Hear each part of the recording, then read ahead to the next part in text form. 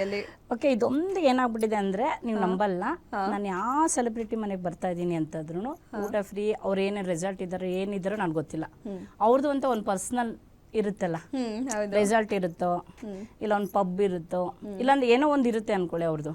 ಮಮತಾ ನೀನು ಯಾವಾಗಾದ್ರೂ ಬಾ ಫ್ರೀ, ಆದರೆ ನಂದೊಂದೇ ಒಂದು ರಿಕ್ವೆಸ್ಟ್, ನನ್ನ ಹೆಸರು ಎಲ್ಲೂ ಹೇಳ್ಬೇಡ. ಅಯ್ಯೋ ಓಕೆನಾ? ಆದ್ರೂ ಒಂದು ಚೆಕ್ ಮಾಡ್ಕೋಬೋದು. ಏನು ಅಂತ ಅಂದರೆ ಫಸ್ಟ್ ಅವ್ರು ಏನು ಮಾಡ್ತಾರೆ, ಎಂಟ್ರಿ ಕೊಟ್ಟಾಗ ಇಂಡಸ್ಟ್ರಿಗೆ ಬ್ಲ್ಯಾಕ್ ಇರ್ತಾರೆ. ಓಕೆನಾ?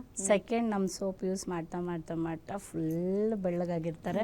ಕ್ವಶನ್ನು ಕೇಳ್ತಾರೆ ಏನಂತ ಅಂದರೆ, ಮೇಡಮ್ ಅಂದೆ ಏನೇ ಇದ್ದಕ್ಕಿದ್ದಂಗೆ ಬೆಳ್ಳಗಾಗ್ಬಿಟ್ಟಿದ್ಯಾ ಅಂದರೆ, ನಾನು ಆ ಥರ ಇಂಜೆಕ್ಷನ್ ತೊಗೊಂಡಿದ್ದೀನಿ, ಈ ಥರ ಇಂಜೆಕ್ಷನ್ ತೊಗೊಂಡಿದ್ದೀನಿ ಅಂತ ಹೇಳ್ತಾರೆ ಹೊರತು ಮಮತಾ ಶೆಟ್ಟಿದು ಸೋಪ್ ಯೂಸ್ ಮಾಡ್ತಾ ಇದ್ದೀನಿ, ಕ್ರೀಮ್ ಯೂಸ್ ಮಾಡ್ತಿದ್ದೀನಿ ಅಂತ ಯಾರು ಹೇಳಲ್ಲ.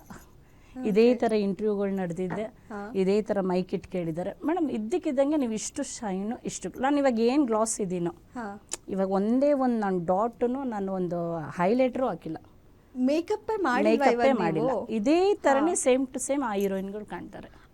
ಹೌದು, ಸ್ಕ್ರೀನಲ್ಲಿ ಅವ್ರು ಹೆಂಗೆ ಕಾಣ್ತಾರೆ ಮಾಮೂಲಿ ಮೇಕಪ್ ಇರುತ್ತೆ, ಅದೇ ಸ್ಕ್ರೀನ್ ಆಗಿದ ತಕ್ಷಣ ನಂತರ ಗ್ಲಾಸ್ ಲುಕ್ ಆಗಿರ್ತಾರೆ.